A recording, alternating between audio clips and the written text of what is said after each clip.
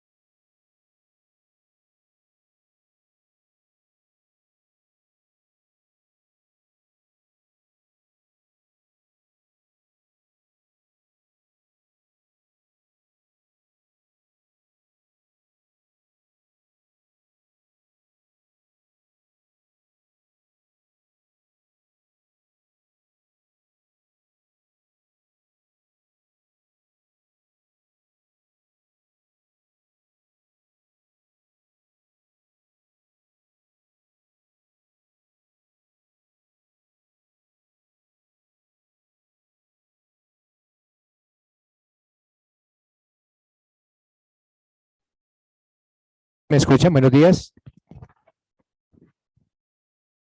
¿Aló? ¿Me Buenos escuchan? días, doctor. Buenos días, profe. Buenos días, doctor.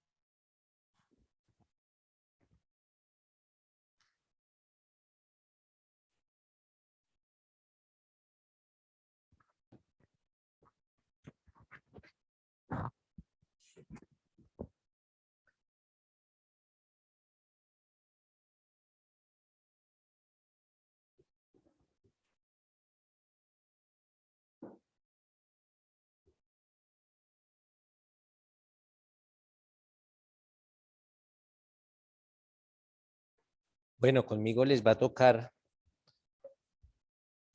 adelantar esta materia de Derecho Procesal Penal. Ya ustedes me conocían, ¿cierto, doctores? Sí, señor Sí, doctor. doctor. Sí, doctor. Perfecto. Igual como yo tengo clase de 8 a 10 y de 10 a 12 con ustedes, la universidad no accedió a que me retire a mi residencia a dictarle las clases, sino que debo dictarle las clases acá en el salón. Indistintamente que vengan o no vengan alumnos a la presencialidad, ese requisito estar acá acorde con las directrices de la universidad y más aún cuando pues en la materia de 8 a 10 hay algunos alumnos que han venido, de hecho pues entonces no podríamos hacer una clase de 8 a 10 presencial y la otra de 10 a 12 virtual, en tanto se exige por parte de la universidad que el docente esté aquí el día lunes, lunes y martes de 8 de la mañana a 12 de la tarde. Pero bueno, en ese orden de ideas, doctores, la materia que vamos a abordar en este módulo es la materia de Derecho Procesal Penal, partiendo del siguiente presupuesto. En la actualidad, doctores, en lo que atiende al procedimiento que se debe de adelantar una vez se inicia un proceso penal, en la actualidad rigen o coexisten 3 sistemas procesales en Colombia. O sea, no crean que el único sistema que rige es el conocido o el consagrado en la Ley 906 del 2004, sino en la actualidad son 3 procesos penales los que se adelantan en Colombia, a saber los siguientes. Inicialmente, el proceso regido bajo la Ley 600 del 2000. Ojo, Ley 600 del año 2000. Es el primer procedimiento que se adelanta en la actualidad. Segundo, procedimiento de la Ley 906 del 2004. Y tercero, el sistema acusatorio abreviado, o también conocido como sistema penal abreviado. Entonces, doctores, esos son los 3 procedimientos que se adelantan en la actualidad. Doctor, qué pena. ¿Quién me pregunta?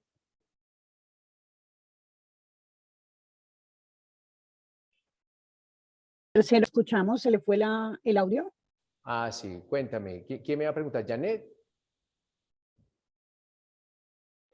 Sí, doctor, qué pena. Es que no sé si fue a mí o fue el internet, pero escuché el primero, que es el procesal que se lleva por medio de la ley 600. Sí, inicialmente es el de la Ley 600 del Del 2000. 2000, el procesal. Sí, Ley 600 del 2000.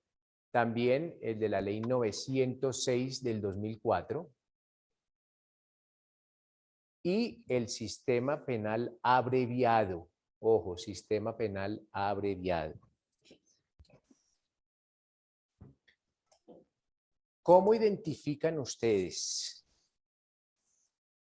cuál de los 3 procesos se adelanta en un determinado caso o bajo qué proceso se va a adelantar un caso determinado. Primero, doctores, si se trata, bueno, vamos a hablar del aforado, vamos a hablar del procesado. Si el procesado es un aforado, ojo, si el procesado es un aforado, no importa cuándo sucedan los hechos. Siempre el procedimiento se va a adelantar bajo la ley 600 del 2000. Entonces, repito, si el procesado es un aforado, no importa cuándo se haya cometido el presunto delito. Siempre dicho procedimiento se adelantará bajo la ley 600 del 2000. Badir, ¿alguna pregunta? Sí, doctor, buenos días. ¿Cómo ha estado? Buenos días. Doctor, si bien la ley 600 del 2000, esa ley no fue subrogada por la ley 906 del 2004. No. Hasta donde tengo entendido que la ley 600 del 2000 rige a aquellos procesados que se les haya adelantado o se les haya investigado o se les haya imputado algún delito por la ley 600 del 2000 y que se debe culminar su investigación o su condena o su proceso o su procedimiento hasta que se finiquite la sentencia a la que fue condenado, ¿verdad? Entonces, no es porque así. es que la ley 600 del 2000, como usted bien dice, si existen 3 sistemas procesales y uno va a hablarle hoy a un fiscal, que es el que realmente conoce inicialmente el procedimiento, que la ley 600 del 2000, ¿quién inicia esa investigación o cómo se inicia? Es que esa es la gran duda, doctor. Gracias.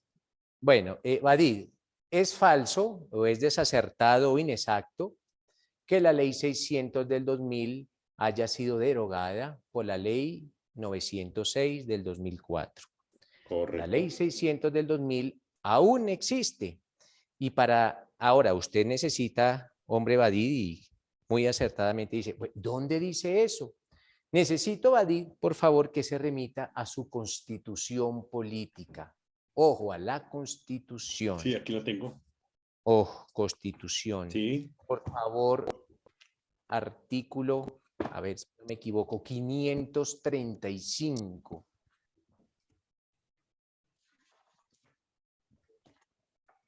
O 536.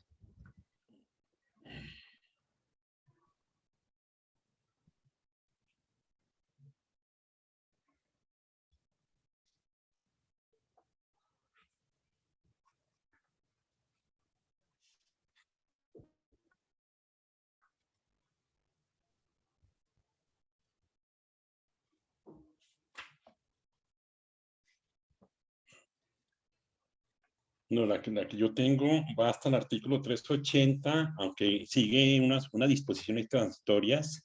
Sí, señor. No sé si Janet tenga la última constitución.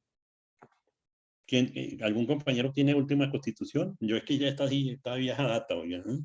Tengo que cambiarla. Entonces sí sería bueno que alguien nos leyera ese artículo, si alguien lo tuviera. Espéreme, yo lo estoy buscando, hombre, Badí también. Confírmeme el artículo, ¿es tan amable, doctor Rocha? Dice el doctor que es el que dice, sí, el de derogatoria y vigencia. 538, Javier.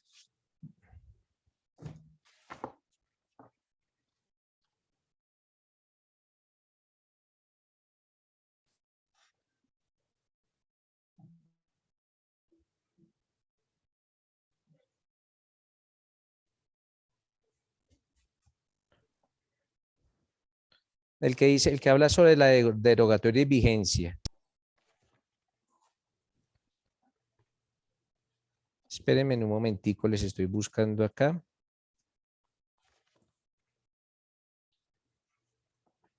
De pronto estoy equivocado en el número del artículo.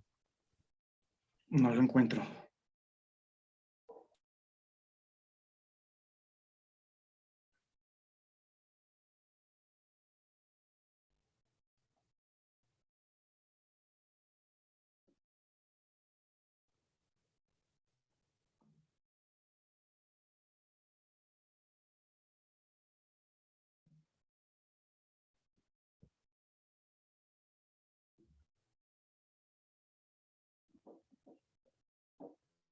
Bueno, mientras buscamos y para aclararle a Badid, es el artículo, bueno, ya ahorita miramos el de la misma Constitución que dice que para los aforados, Badid, ojo, para los aforados, siempre, ojo, siempre regirá o el proceso que se adelante en contra de este aforado, siempre se adelantará con la ley 600 del 2000.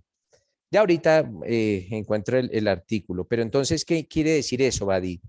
Que si un aforado comete el delito hoy, su proceso se adelantará con la ley 600 del 2000.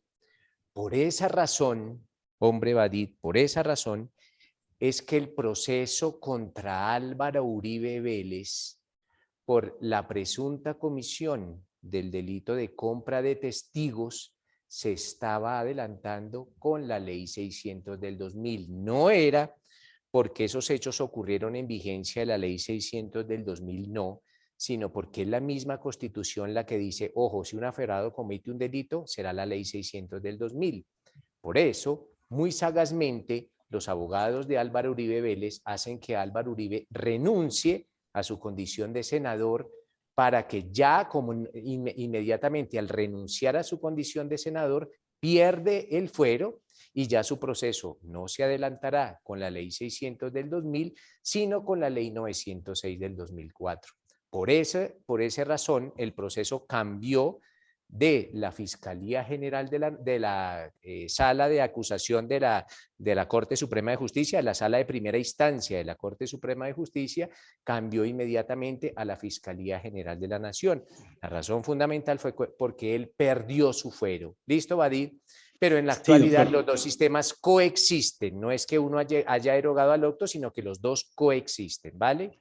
Pero, doctor Nieto, si bien es cierto que la ley 600 del 2000 no se deroga, sino que se declara la pérdida de vigencia, porque ocurrió una derogatoria orgánica por cuenta de la entrada en vigencia de la ley 906 del 2004, también es cierto que aquel individuo que cometa un delito hoy, a la fecha de hoy presente, debe ser juzgado por la ley 906 del 2004.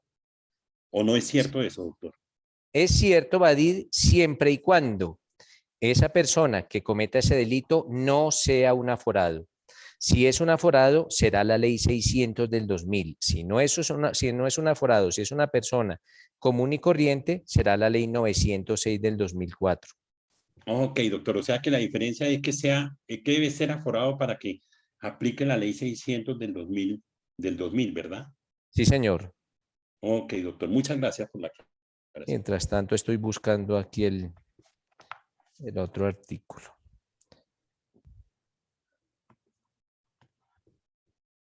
Bueno, entonces les decía a mis doctores, ya o si no ahorita mañana encontramos ese artículo para que Badid ya tenga plena claridad al respecto. Entonces, mis doctores, es necesario, cuando se va a estudiar procesal penal, estudiar los 3 procedimientos. ¿Por qué?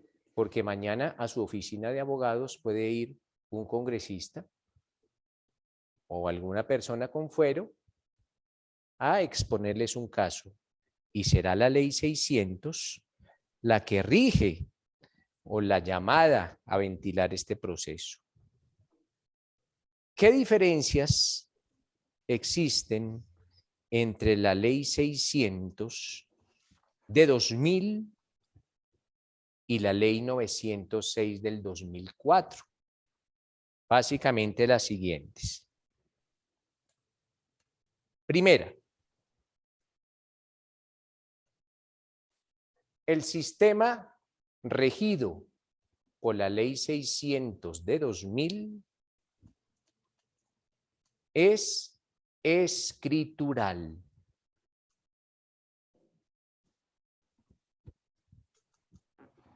Sistema escritural. Todas las actuaciones que se adelanten con base en la Ley 600 del 2000 se adelantarán por escrito.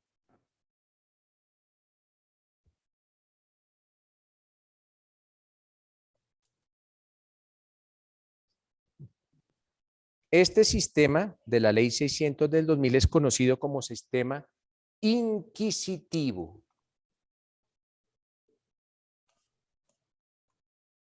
¿Y por qué se le denomina sistema inquisitivo? Porque en dicho sistema, el fiscal cumple funciones jurisdiccionales. Cuando yo indico, mis doctores, que el fiscal cumple funciones jurisdiccionales, quiero significar lo siguiente, que en este procedimiento regido por la Ley 600 del 2000, en determinadas actuaciones, el fiscal cumple labores que en la actualidad cumplen los jueces. Por ejemplo, expedir una orden de captura. Si ustedes hacen un paralelo entre la Ley 600 del 2000 y la Ley 599, la Ley 600 del 2000 y la Ley 906 del 2004. En la Ley 600 del 2000, quien emite las órdenes de captura es un fiscal. A contrario sensu, en la Ley 906 del 2004 es un juez que se denomina juez de control de garantías. De control de garantías. Pero no, en la Ley 600 del 2000 son los fiscales. O sea que los fiscales en esa Ley 600 del 2000 tienen amplias atribuciones. Otra diferencia. En la Ley 600 del 2000, el fiscal puede archivar definitivamente la investigación. En la Ley 906 del 2004, quien está llamado a archivar definitivamente una investigación o lo que posteriormente vamos a conocer como la preclusión de la investigación, es un juez de conocimiento. Pero nótese que son jueces los encargados de tomar estas determinaciones. Las formas de vincular a una persona a un proceso son distintas en cada uno de los procedimientos. Por ahora nos vamos a centrar en la Ley 600 del 2000 o sistema inquisitivo. La forma de vincular a una persona a un proceso en la Ley 600 del 2000 se denomina de dos formas. La primera, lo que ustedes conocieron como la indagatoria. Ojo, la indagatoria. Y la segunda forma de vincular a una persona a un proceso en la Ley 600 del 2000 es mediante la declaratoria de persona ausente.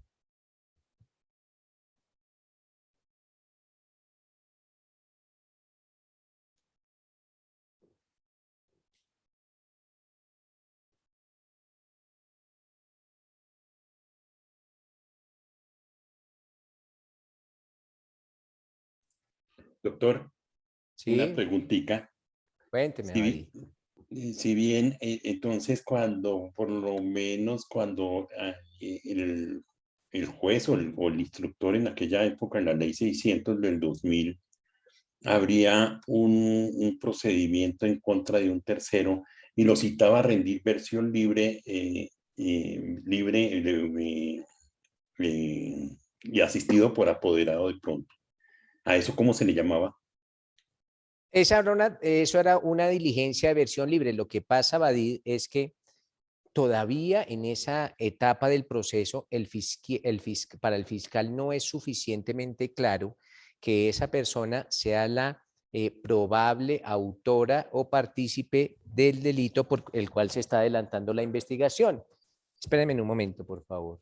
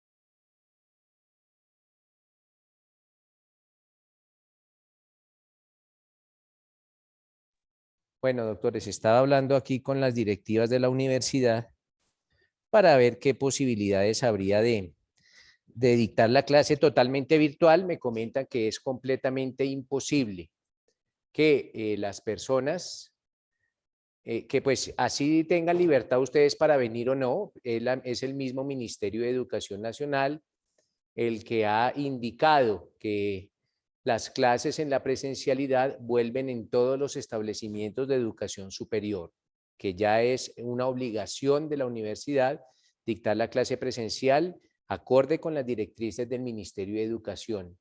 Me comentan igualmente que las personas que asistan de manera presencial tendrán digamos, una ayuda en su nota final, que los exámenes deberán ser orales y que las personas que, te repito, que asistan presencialmente tendrán digamos que un incentivo. Esto, no, le repito, no es una decisión que yo haya tomado, sino de las directivas de la universidad, pues y es mi obligación notificarles. Bueno, mis doctores. Muchas gracias, doctor. Gracias, doctor. Vale, perfecto. Gracias, doctor. Entonces, me dicen también aquí en la universidad que les llame lista y que les pregunte y que las personas que no respondan estando en la virtualidad, que les coloque falla. Me parecen decisiones extremas, pero pues eso es lo que me acaban de decir ahorita las directivas de la universidad. Bueno, retomemos, mis doctores. Les decía que en esta ley 600 del 2000, la Fiscalía tiene amplios poderes para tomar decisiones. Poderes que fueron limitados por la Ley 906 del 2004. En esta Ley 906 del 2004, que es la que más ampliamente vamos a estudiar, que es el sistema penal con tendencia acusatoria, todas o muchas de las facultades que tenía la Fiscalía General de la Nación pasaron a manos de los jueces que ustedes conocen como jueces penales con función de control de garantías. Entonces, retomamos nuestro estudio de la Ley 600 del 2000, la forma en que se vinculaba, ojo, se vinculaba a una persona, a un proceso, bajo la égida o bajo el procedimiento de la Ley 600 del 2000 era, inicialmente, mediante la declaratoria de persona ausente y segundo, mediante la indagatoria. A esa diligencia indagatoria, mis doctores, en esa Ley 600 del 2000 también se le llama la injurada. Injurada, ¿por qué? Porque en esa diligencia, esa persona que es llamada por el fiscal general de la Nación o por el fiscal delegado, tiene la posibilidad de exponer todo lo que a bien tenga con relación a los hechos que se están investigando, pero todo lo que indique no se rinde bajo la gravedad del juramento. O sea, esa persona no está bajo la gravedad del juramento, por eso se le denominaba injurada. Y básicamente, ¿en qué consistía una indagatoria? El fiscal cita a la persona acompañada de abogado. Ojo, siempre acompañada de abogado. Indistintamente que el procesado sea un abogado o no. No interesa. Así el procesado tenga la profesión de abogado, a esa diligencia de indagatoria siempre debe asistir en compañía de su abogado. Esto para salvaguardar el derecho a la defensa consagrado en el artículo 29 de la Constitución Política. A esa diligencia en la cual se encuentran presentes el fiscal, el procesado y su abogado defensor. En esa diligencia el fiscal le expone al procesado unos hechos y le pregunta qué tiene que manifestar con respecto a esos hechos. El indagado puede tomar dos determinaciones. La primera, guardar silencio. La segunda, exponer lo que a bien tenga. Pero, ojo, todo lo que exponga esta persona no es bajo la gravedad del juramento. Eso quiere decir que lo que esta persona exponga no podrá ser utilizada en su contra. En palabras más castizas o de más fácil entendimiento, esa persona, el procesado, puede aún mentir en esa diligencia indagatoria. Y ese hecho no podrá ser utilizado en su contra, porque es injurado, no es bajo la gravedad del juramento. Esa era la primera forma en que se vinculaba a una persona a un proceso. Entonces, a partir de la diligencia de indagatoria, esa persona ya adquiere la calidad de procesado. Ya hablamos que él es el procesado en el proceso penal. Él ya se va a enterar que la fiscalía está adelantando una investigación en su contra. Pero puede pasar, mis doctores, que la fiscalía no ubique a esa persona, no logra encontrar su paradero. En ese caso, la fiscalía emite una resolución. Una resolución básicamente es una disposición del fiscal que está adelantando la investigación. Y el fiscal indica lo siguiente. Tengo conocimiento de unos hechos. El presunto autor o partícipe de esos hechos es fulanito de tal. Y he adelantado varios esfuerzos por tratar de ubicar a esta persona y no ha sido posible. Entonces, lo vinculo al proceso como persona ausente. Para eso, le tendrá que nombrar un abogado, lo que en esa época se conocía como el abogado de oficio, un abogado de oficio o un abogado defensor, para que ejerza una debida defensa y tendrá que emplazar a esta persona en la secretaría del juzgado.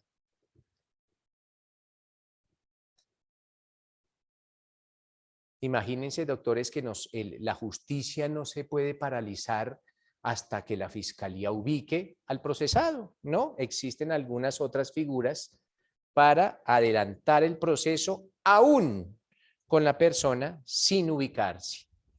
Entonces, doctores, cuando la fiscalía lograba ubicar a la persona, la vinculaba al proceso mediante la indagatoria. Cuando la fiscalía no lograba dicha ubicación, la vinculaba al proceso mediante la declaratoria de persona ausente. Eran las dos formas de vincular a una persona. Una vez el procesado era vinculado al proceso por cualquiera de los dos motivos, o como persona ausente o por indagatoria, la investigación continuaba.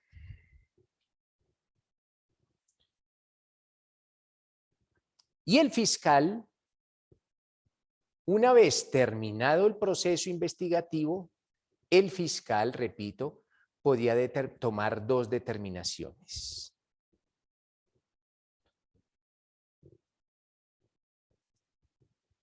O emitir una resolución de preclusión, que básicamente era archivar el proceso, o emitir una resolución de acusación. Pero repito, quien tomaba la determinación era el fiscal. Una resolución de preclusión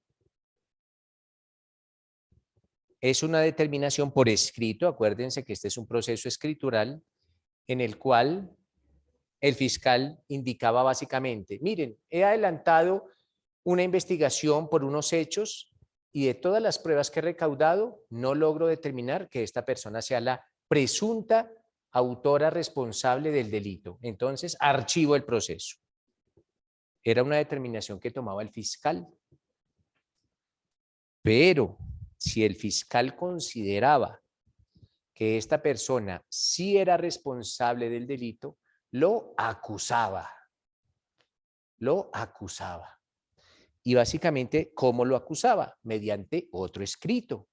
Un escrito en el cual se indicaban los hechos, se indicaba la persona que estaba siendo procesada y qué pruebas tenía la fiscalía para determinar que el procesado era presunto autor o presunto partícipe del delito. Hacía una valoración de esas pruebas e indicaba que para la fiscalía, ojo, para la fiscalía, esta persona era responsable del delito, razón por la cual lo acusa ante un juez. Ojo, para que el juez inicie la etapa de juicio.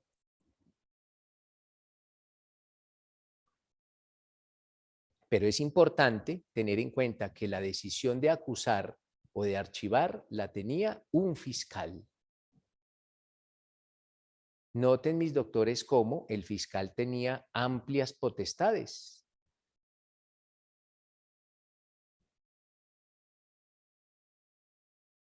En esa etapa de investigación,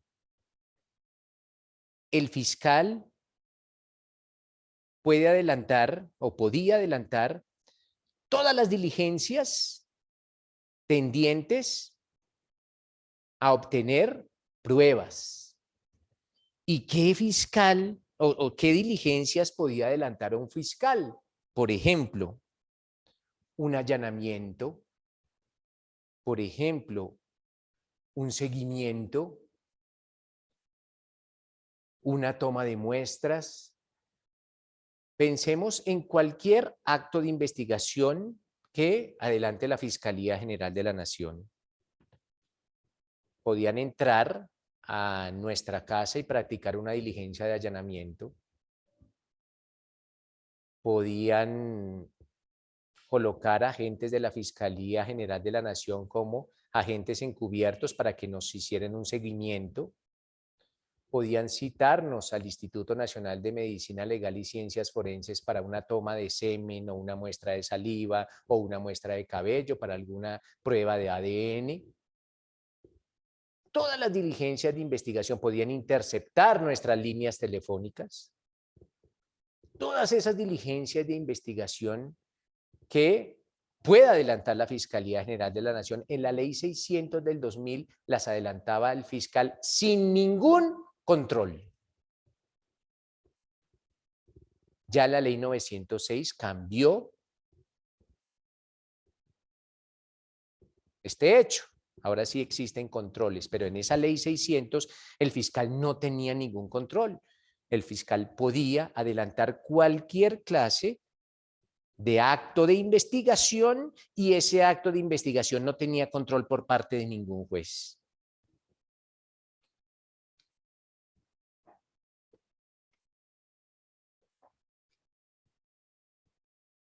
Todas las pruebas que recaudaba el fiscal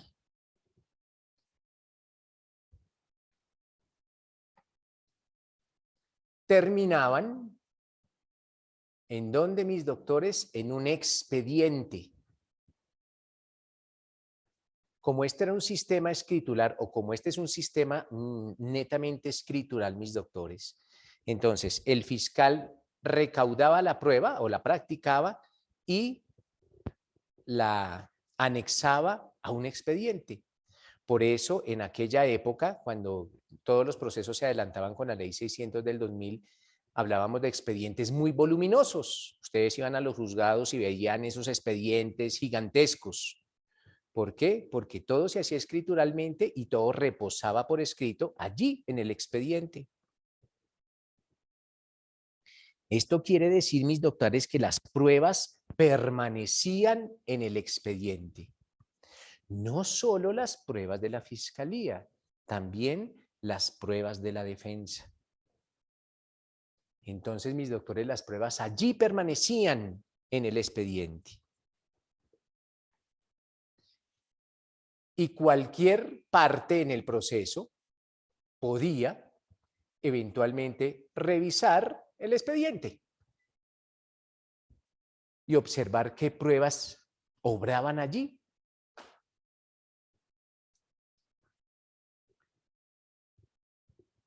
¿Quiere esto decir, mis doctores, que el sistema probatorio de la Ley 600 del 2000 era el de permanencia de la prueba?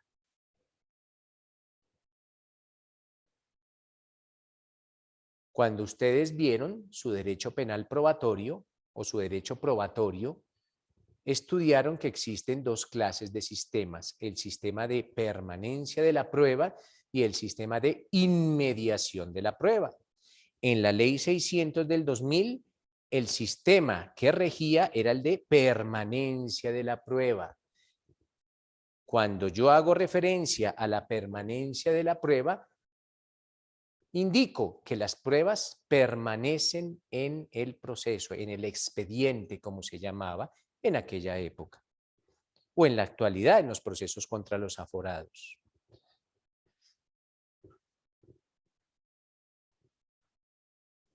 Allí permanecen las pruebas. Ojo, en este sistema, estamos hablando de la Ley 600 del 2000, hablamos de pruebas. Todas aquellas actuaciones que hayan generado algún elemento de convicción y reposen dentro del expediente se llamarán pruebas. Hago énfasis en esto, mis doctores, porque en la Ley 600 del 2000 solo en determinados asuntos se hablará de pruebas. En la ley 600 no, en la ley 600 todo lo que repose en el expediente se llamará prueba. Y les repito, todas aquellas actuaciones que adelantaba la fiscalía o que adelantaba la defensa para obtener pruebas terminaban reposando en un expediente.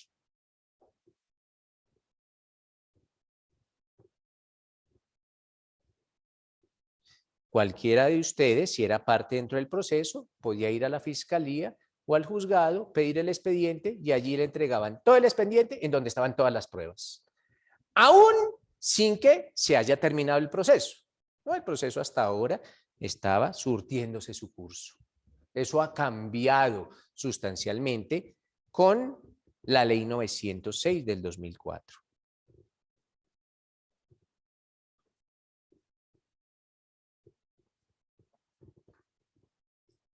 Les indicaba con anterioridad o en momentos anteriores que una vez se terminaba la etapa de investigación, el fiscal podía tomar dos determinaciones.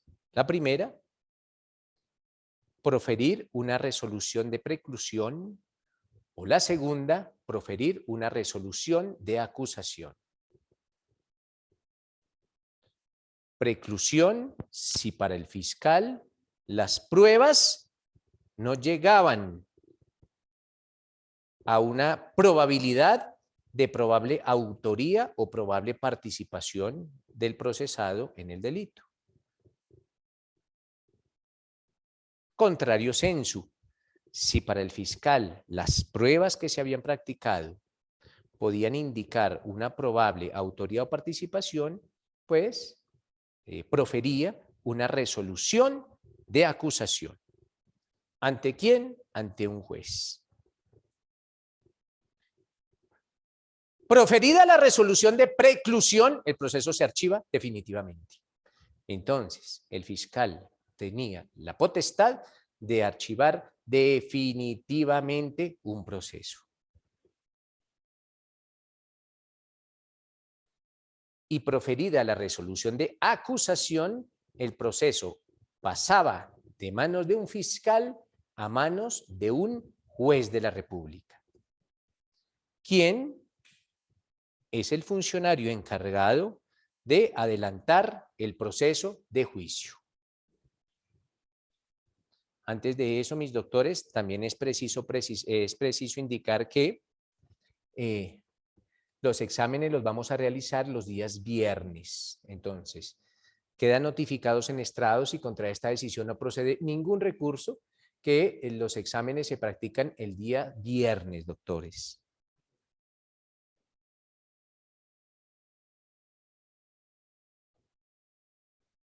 Son 4 viernes los que vamos a tener de aquí a la finalización del módulo, por ende serán 4 evaluaciones.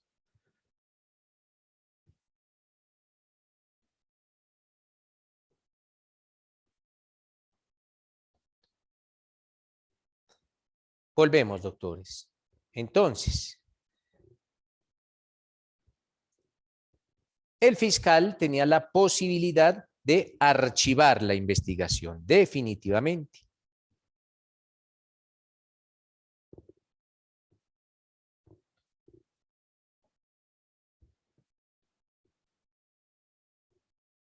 O de acusar ante un juez, lógicamente ante un juez penal. ¿Para qué? Para que el juez penal adelante la etapa de juicio.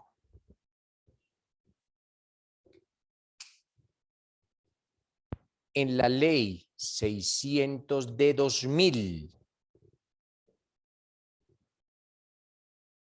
el juez, ojo lo que estoy diciendo, el juez en la etapa de juicio tenía la facultad de practicar pruebas. Repito, En la ley 600 de 2000, el juez en la etapa de juicio tiene la facultad de practicar pruebas.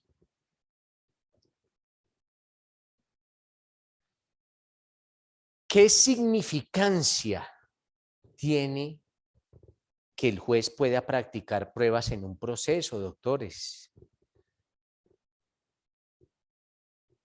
¿Qué opinan ustedes cuando un juez pueda practicar una prueba en la etapa de juicio?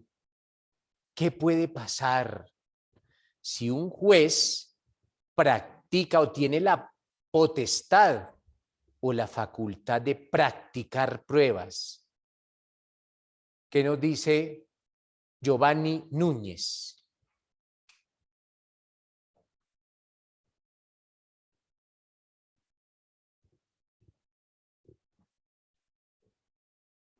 Presente, doctor. Cuénteme, Giovanni, ¿qué implicaciones tiene que el juez pueda practicar una prueba en un juicio?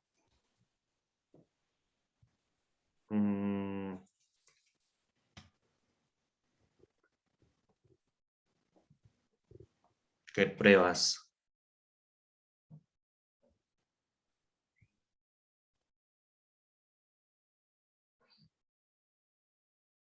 Bueno, antes de, mientras Giovanni lo piensa, ¿qué nos dice Jenny Méndez? Doctor, yo creo que hay más como una sentencia más acertada, una toma de una decisión más acertada. Jenny, él practica la prueba. le voy a preguntar lo siguiente, Jenny. Si el juez tiene la potestad de practicar pruebas, esas pruebas van a favorecer a una parte y a desfavorecer a la otra, ¿cierto? No sabemos a cuál, pero esas pruebas terminarán o perjudicando a una parte o beneficiando a otra parte, ¿cierto, Jenny? Sí. ¿Eso hace que el juez sea imparcial? No, pero a mi manera de ver, pues lo que yo veo es más fácil tomar una decisión basado en una prueba que él tenga la capacidad de verla que a un testimonio, ¿no? Porque en el testimonio la persona puede mentir, en cambio si él practica la prueba, pues es más acertado el juicio que él va a lanzar, ¿no? Esa es mi manera de verlo, no sé si estoy equivocada. Partamos de la base, Jenny, que el testimonio es una prueba. A donde quiero llegar es a lo siguiente. Si el juez, mire, la labor en Colombia, Jenny, la labor en Colombia de probarle a un juez que una persona es culpable del delito es de la Fiscalía General de la Nación. La Fiscalía, acorde con el artículo 250 de la Constitución, es la encargada de probarle a los jueces que el procesado es el culpable del delito. Asimismo, la defensa, dentro de sus potestades, está en la obligación de demostrarle que esta persona no es el culpable. Y el juez está en medio. ¿Está en medio de quién? A un lado tiene la Fiscalía y al otro lado tiene la defensa. La Fiscalía tendrá que llevar unas pruebas que indiquen que la persona es culpable, o la defensa le tendrá que llevar unas pruebas que indiquen que la persona es inocente. Si el juez toma partido, estará inclinando la balanza de la justicia. Ojo, el juez es imparcial. El juez no puede ni hacerle el trabajo a la Fiscalía, ni hacerle el trabajo a la defensa. Si la Fiscalía no le lleva las suficientes pruebas al juez, el juez tendrá que tomar una determinación que no esté acorde con las pretensiones de la Fiscalía. Y eso no es problema del juez, eso es problema de la Fiscalía General de la Nación, que realizó una investigación débil, una investigación con falencias.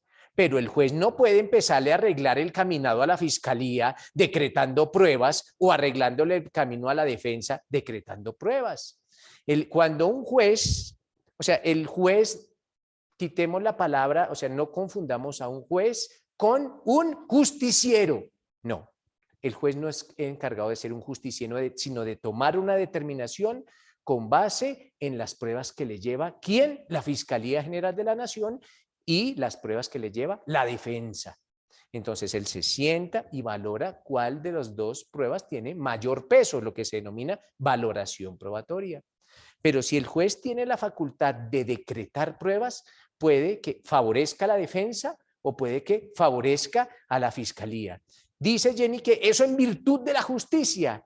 Pues en virtud de la justicia hace que ese juez sea justiciero, que tome partido. Y no, eso es como si en un partido de fútbol el juez se pusiera la camiseta de Santa Fe o se pusiera la camiseta de Millonarios y abandonara su traje negro. Él no puede tomar partido, él tiene que ser imparcial. Todos los jueces son imparciales. No pueden ni favorecer ni desfavorecer a alguna de las partes. Entonces, eso es lo que se puede llegar a presentar en el caso que un juez, en aras de encontrar la verdad, porque un juez puede decir, no, pero es que yo necesito encontrar la verdad. No, pero es que para encontrar la verdad está la fiscalía y para encontrar la verdad está la defensa, no está el juez. El juez está es para tomar una determinación. Entonces, pero bueno, en ese sistema el juez lo puede hacer. En ese sistema el juez lo puede hacer. En el actual ya no, o el que más está imperando, que es la ley 906, el juez no. Solo con una excepción, que lo vamos a ver, esa excepción la vamos a ver cuando estemos analizando lo que ustedes, algo muy bonito que ustedes conocen como la legalización de la captura. Cuando estemos en legalización de la captura. Pero por ahora no, por ahora tengamos en cuenta que en la ley 600 del 2000, el juez, ojo, repito, el juez puede decretar pruebas en el juicio,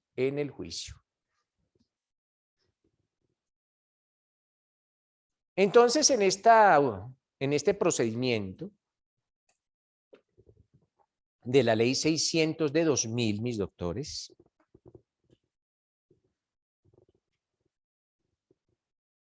una vez se ha proferido resolución de acusación, el juez realiza 2 audiencias, ya en la etapa de juicio. La primera se denomina audiencia preparatoria, que es en la audiencia donde el juez puede decretar pruebas. Y la segunda, audiencia pública de juzgamiento.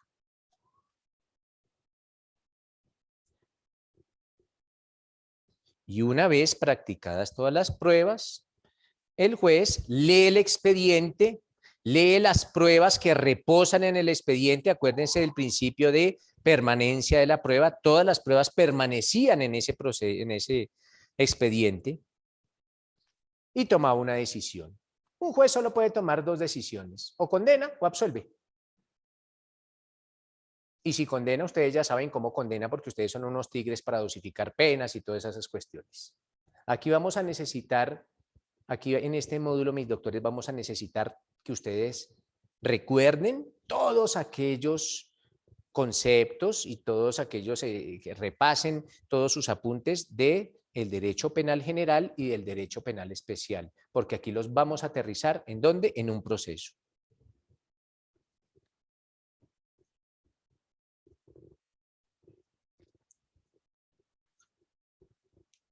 Entonces, doctores, para sintetizar, en la ley 600 del 2000, el procedimiento es meramente escritural. Segunda característica, rige el principio de permanencia de la prueba. Tercera característica, el fiscal tiene amplias potestades para realizar actos de investigación sin control de ningún juez.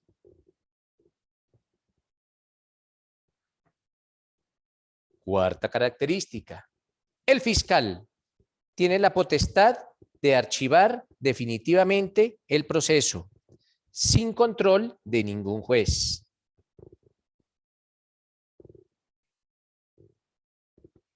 Otra característica, el juez en la etapa de juicio puede practicar pruebas.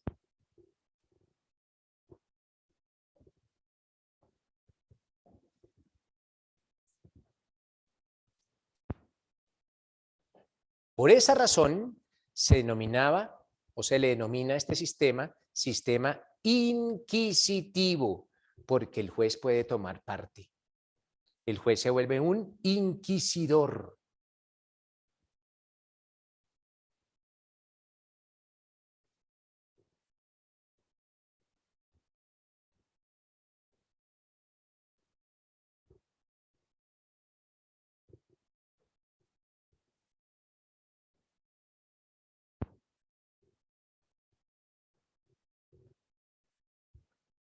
Ese es el primer sistema, mis doctores, que coexiste en Colombia. Sistema inquisitivo, regido por la Ley 600 de 2000.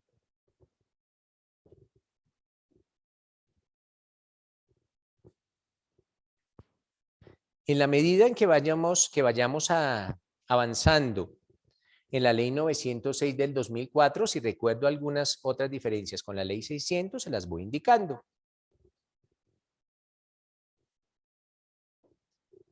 Pero en este módulo era necesario indicar la existencia o la coexistencia de este sistema de enjuiciamiento, que son muy pocos procesos los que se adelantan.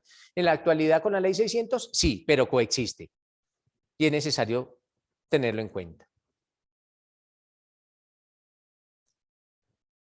Pero la mayor parte del curso se va a centrar en la Ley 906 del 2004. De hecho, vamos a empezar con ese sistema a partir de mañana. Es necesario, mis doctores, que como herramienta de trabajo tengan una Ley 906 del 2004, un Código de Procedimiento Penal.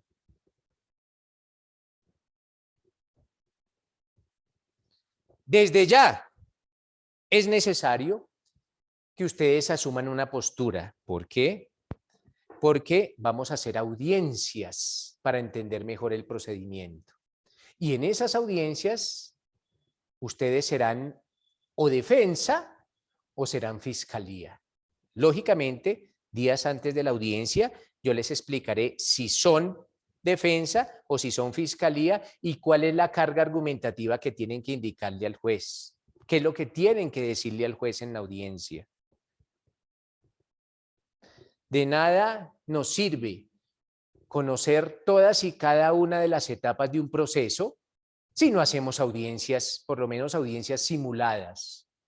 Entonces, voy a solicitar la sala de audiencias que posee la universidad y allá vamos a hacer nuestras audiencias. Audiencias simuladas, les repito, en donde ustedes podrán ser fiscalía o podrán ser defensa.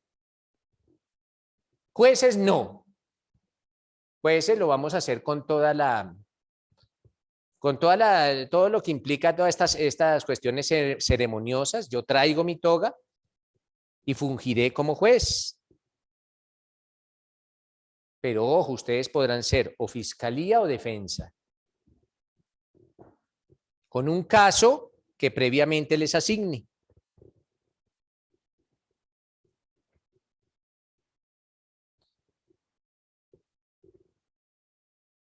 Ya hablé con las directivas y la universidad no tiene ningún problema en facilitarnos la sala de audiencias. En caso tal que esté ocupada, hacemos la diligencia, la audiencia respectiva en el salón de clase.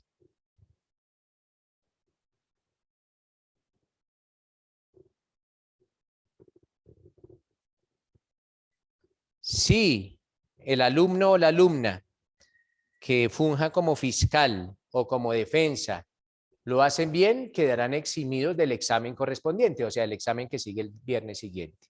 Quedarán eximidos de ese examen. No es que lo hagan perfecto, no, es que lo hagan bien. Porque mal haría yo en pretender que un alumno o una alumna en su primera audiencia lo haga perfecto, simplemente que cumpla con la carga argumentativa o con el discurso que tiene que indicarle al señor juez.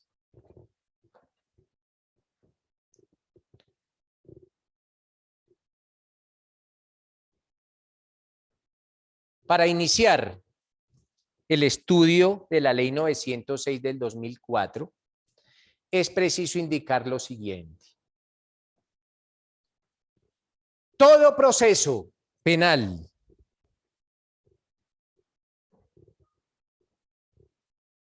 se divide en dos grandes partes.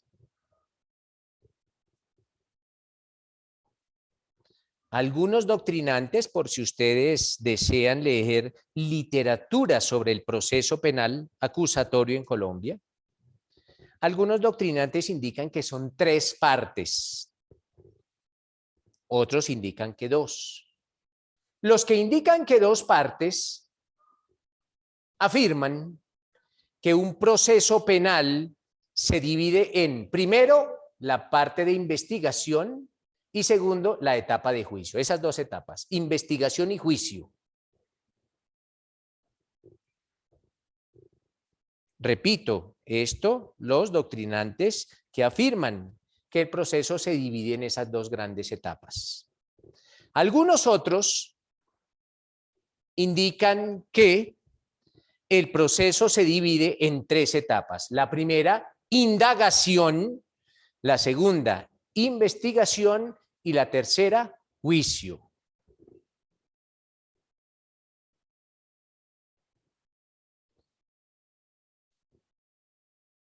Entonces, si yo les digo en cuántas etapas se divide un proceso, ustedes me pueden decir, algunos indican que en 2, primera investigación y la segunda juicio, y otros indican que en 3, primera indagación, segunda investigación y tercera juicio.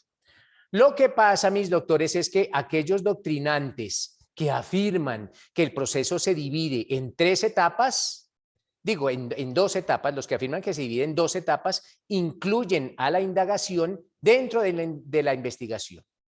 Entonces, esa etapa de la indagación la incluyen dentro de la gran etapa de la investigación, pero cualquiera de las 2 respuestas es acertada si se indica que un proceso penal, o estamos hablando de un proceso penal, se divide en 3 etapas, indagación, investigación o juicio, o que solo se divide en 2 etapas, investigación y juicio.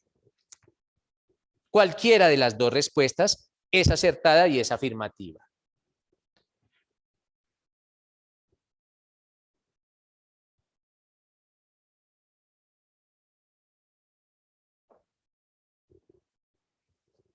¿Algún alumno, por favor, me levantan la mano que si tiene una constitución a la mano, le dé lectura al artículo 250? Repito, 250. Rocío, 250. Antes de que comiences, para todos, en ese artículo 250 de la Constitución se indican cuáles son las obligaciones de la Fiscalía General de la Nación. Ahora sí, Rocío, por favor. Sí, señor, modificado por la Ley 3 de 2002, artículo 2. La Fiscalía General de la Nación está obligada a adelantar el ejercicio de la acción penal y realizar la investigación de los hechos que revistan las características de un delito que lleguen a su conocimiento por medio de denuncia, petición especial, querella o de oficio, siempre y cuando medien suficientes motivos y circunstancias fácticas que indiquen la posible existencia del mismo. No podrá, en consecuencia, suspender, interrumpir ni renunciar a la persecución penal, salvo en los casos que establezca la ley para la aplicación del principio de oportunidad regulado dentro del marco de la política criminal del Estado, el cual estará sometido al control de legalidad por parte del juez que ejerza las funciones de control de garantías. Se exceptúan los delitos cometidos por miembros de la fuerza pública en servicio activo y en relación con el mismo servicio. En ejercicio de sus funciones, la Fiscalía General de la Nación deberá, primero, solicitar al juez que ejerza las funciones de control de garantías las medidas necesarias que aseguren la comparecencia de los imputados al proceso penal, la conservación de la prueba y la protección de la comunidad, en especial de las víctimas. El juez que ejerza las funciones de control de garantías no podrá ser en ningún caso el juez de conocimiento en aquellos asuntos en que haya ejercido esa función. La ley podrá facultar a la Fiscalía General de la Nación para realizar excepcionalmente capturas. Igualmente, la ley fijará los límites y eventos en que proceda la captura. En estos casos, el juez que cumpla la función de control de garantías lo realizará a más tardar dentro de las 36 horas siguientes.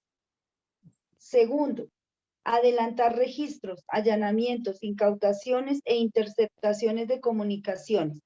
En estos eventos, el juez que ejerza las funciones de control de garantías efectuará el control posterior respectivo a más tardar dentro de las 36 horas siguientes.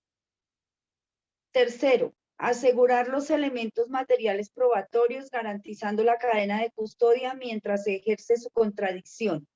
En caso de requerirse medidas adicionales que impliquen afectación de derechos fundamentales, deberá obtenerse la respectiva autorización por parte del juez que ejerza las funciones de control de garantías para proceder a ello.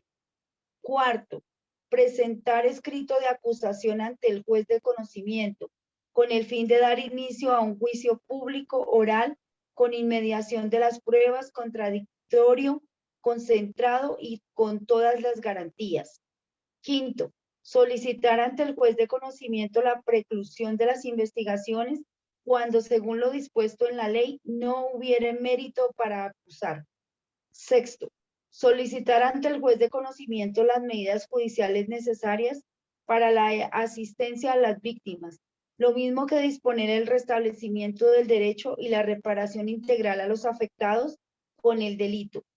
Séptimo, velar por la protección de las víctimas, los jurados, los testigos y demás intervinientes en el proceso penal.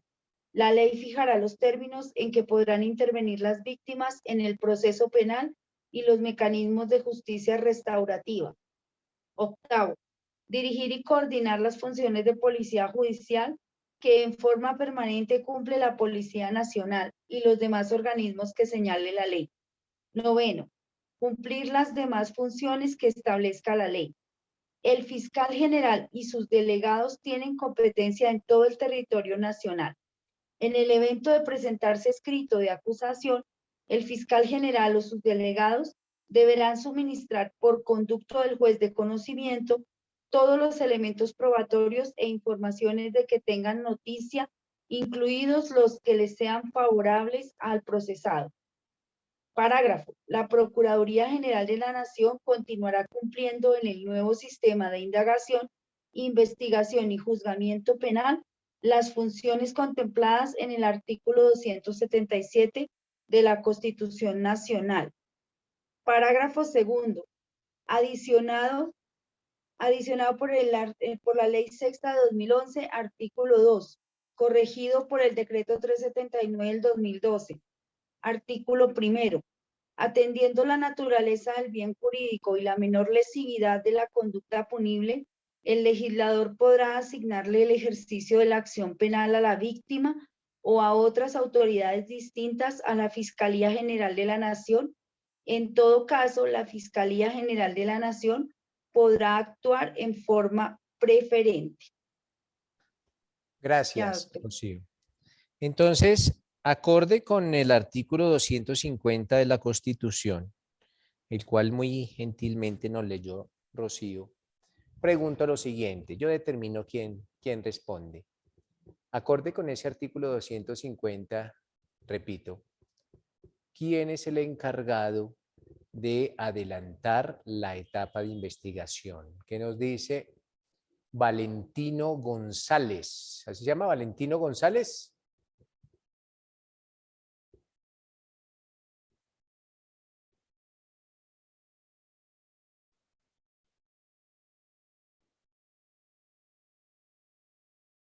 Bueno, aquí veo que no se encuentra conectado. Nayelis Bermúdez.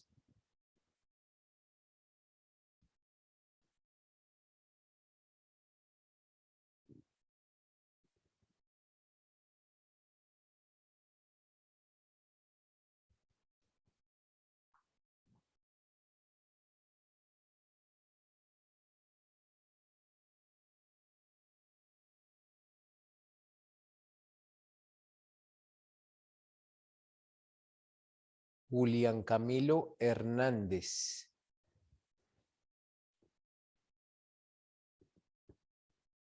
Doctor, buenos días.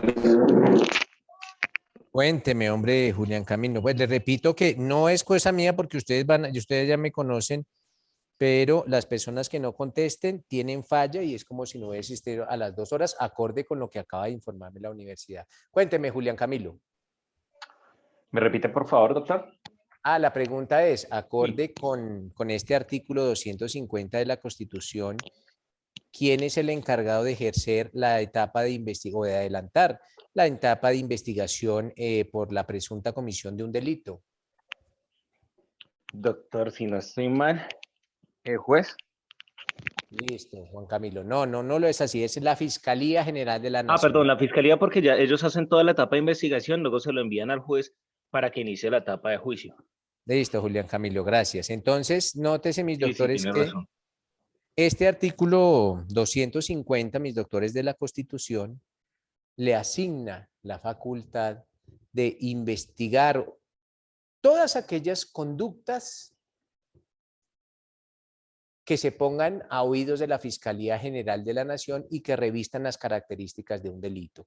No podemos indicar que todas esas conductas son delito, no. Quien determine que son delito, pues lo dirá primero la investigación y después el juicio.